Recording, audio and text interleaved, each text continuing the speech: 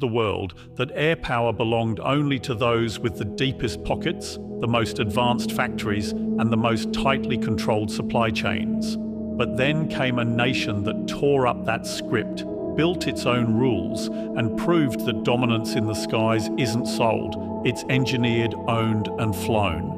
Pakistan's jet strategy has thrown a stone into the calm, predictable pond of global defense thinking, and the ripples are being felt from Washington to Brussels.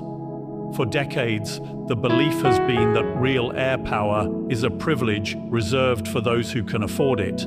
Nations willing to pour billions into next-generation fighters, sprawling procurement programs, and endless research budgets. The West has built an entire military-industrial complex around this idea, with the assumption that high price equals high performance and therefore unquestionable superiority.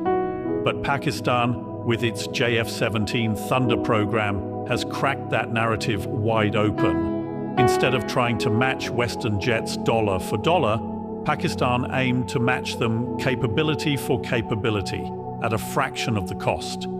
It's not just a cheaper aircraft, it's a completely different economic model for military strength. When a nation can produce a fighter jet for tens of millions rather than hundreds of millions, it changes the playing field entirely. Suddenly, smaller nations that were priced out of modern air power are finding a way in, and that shakes the traditional power balance. Western defense officials don't just see a low-cost jet, they see a dangerous precedent. If countries can build credible air forces without spending like the Pentagon, the monopoly on aerial dominance starts to weaken. And make no mistake, the JF-17 isn't some budget knockoff that folds under pressure. It's fully capable of carrying modern missiles, engaging in both air-to-air and air-to-ground missions, and being upgraded with advanced avionics at a speed Western jets can only dream of. The very existence of a jet that can be mass-produced quickly, maintained cheaply, and still perform in real combat is deeply unsettling to a defense industry that thrives on complex, expensive, and slow-moving projects. Cost-effective innovation doesn't just disrupt the market, it disrupts strategy, alliances, and the economics of war. In many ways, Pakistan has taken the West's own playbook, deterrence through air superiority, and rewritten it for nations that cannot afford to play by the old rules. That is why this approach is called disruptive.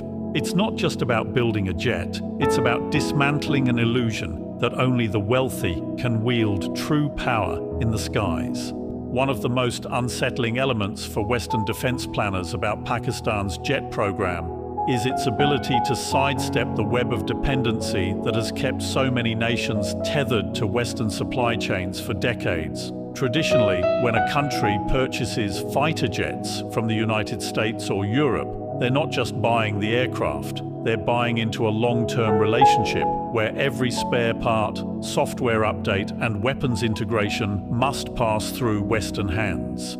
This dependency isn't just about logistics, it's a strategic leash. It ensures that in times of political disagreement or shifting alliances, the supplier has the ability to delay, limit, or outright cut off critical support, effectively grounding a nation's air force without firing a single shot. Pakistan saw this vulnerability up close in the past, with restrictions and delays placed on Western-supplied jets whenever political tensions flared. The decision to work closely with China and develop local manufacturing capabilities for the JF-17 was more than an economic choice, it was a strategic act of liberation. By producing most of the jet domestically and integrating weapon systems from a variety of sources, Pakistan has built an air power platform that is immune to Western political leverage. The West can't withhold critical components because they don't control them. They can't dictate upgrade timelines because Pakistan manages its own. This independence is deeply disruptive to a defense ecosystem that relies heavily on keeping buyers in a constant cycle of dependence and expenditure. For smaller nations watching closely, the message is clear. Partnering outside the Western sphere and developing local assembly capabilities isn't just possible, It's effective. The fact that Pakistan can now maintain, upgrade, and even export its own jets without permission from a Western capital is a geopolitical shift in itself. It allows for faster adaptation to battlefield realities, more flexible foreign policy decisions, and a far greater degree of operational freedom. And for Western defense officials, that's a worrying precedent. It means the influence that once came bundled with defense sales is slipping away, replaced by a new model where nations can own and control their military assets without answering to Washington, London, or Paris. The fear isn't just about Pakistan's capability, it's about the example it sets for the rest of the world. In the world of modern defense, time is as much a weapon as technology. And here lies one of the most striking contrasts between Pakistan's jet approach and the West's. Western fighter programs like the infamous F-35 have become synonymous with years of development delays, ballooning budgets, and endless rounds of testing that often drag on so long that by the time a jet reaches operational status, parts of its technology are already outdated.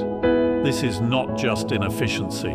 It's a symptom of a system bloated with bureaucracy, political wrangling, and a tendency to prioritize perfection on paper over readiness in reality. Pakistan has flipped this model on its head. The JF-17 program, developed in partnership with China, operates on a leaner, faster, and far more adaptive cycle. New variants and upgrades are rolled out in years, not decades. The Block 3 version, with advanced radar, electronic warfare systems, and improved weapon capabilities, moved from concept to operational deployment in a time frame that would make Western defense planners wince. This speed doesn't mean cutting corners. It means focusing on achievable advancements, integrating proven technologies quickly, and responding to actual operational needs rather than chasing ever-moving, politically driven requirements. The effect of this agility is profound.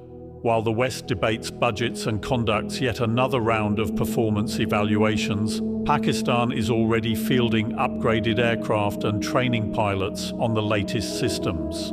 In a real-world conflict scenario, this responsiveness could mean the difference between having an air force ready for emerging threats and being stuck waiting for a solution that arrives too late. For Western defense officials, this pace is deeply unsettling because it exposes a truth they would rather not acknowledge, that their expensive, drawn-out procurement processes are not the only way to achieve cutting-edge capability. If smaller nations can rapidly develop and deploy competitive fighter jets without the labyrinth of delays and costs, it challenges the very foundation of how military power is built and maintained. Pakistan's speed undermines the assumption that complexity and time investment inherently lead to better results.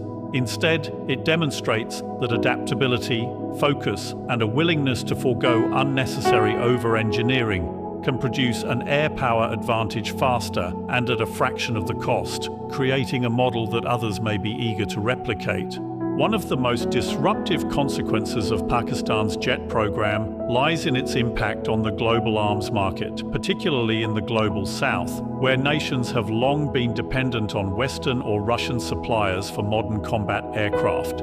For decades, the West has dominated military aviation exports, not only by offering technologically advanced jets, but also by leveraging those sales as a tool of foreign policy.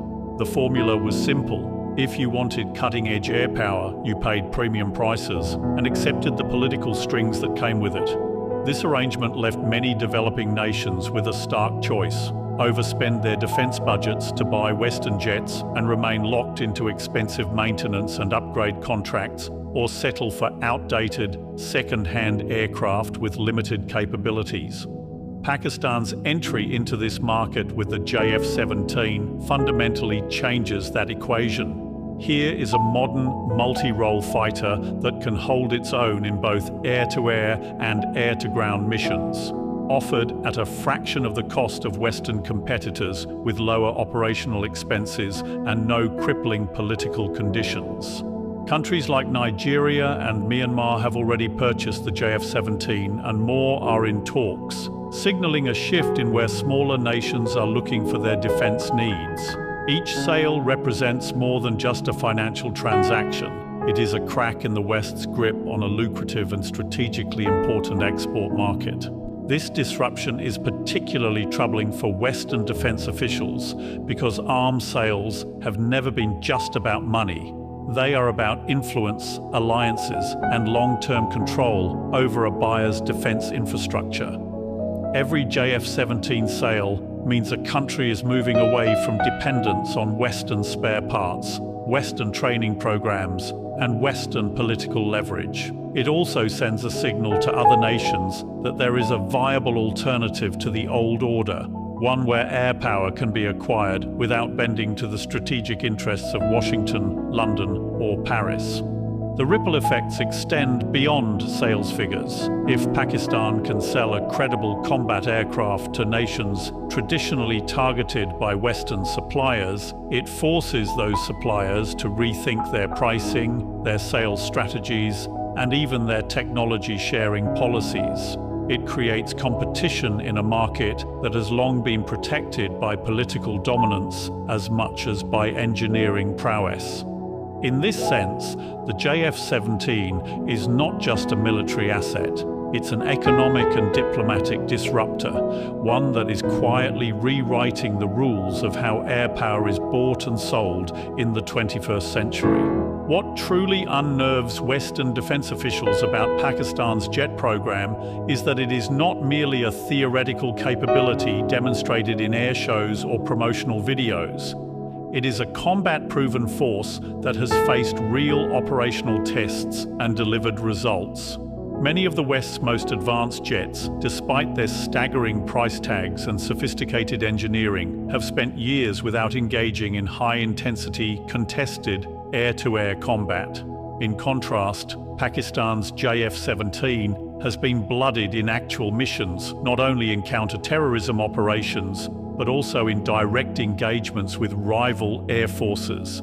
The most notable example came during the 2019 Pakistan-India standoff, when the JF-17 played a critical role in an operation that resulted in the downing of Indian aircraft, an event that sent shockwaves through defense circles around the world. This was not a war game or a carefully staged drill. This was live combat under extreme political and operational pressure, and the aircraft performed as intended. Beyond the high-profile incidents, the JF-17 has been consistently deployed in counterinsurgency missions, precision strikes, and border patrols, building a track record of reliability in varied combat environments. These operational experiences feed directly into design improvements and pilot training programs, creating an iterative feedback loop that keeps the platform evolving in response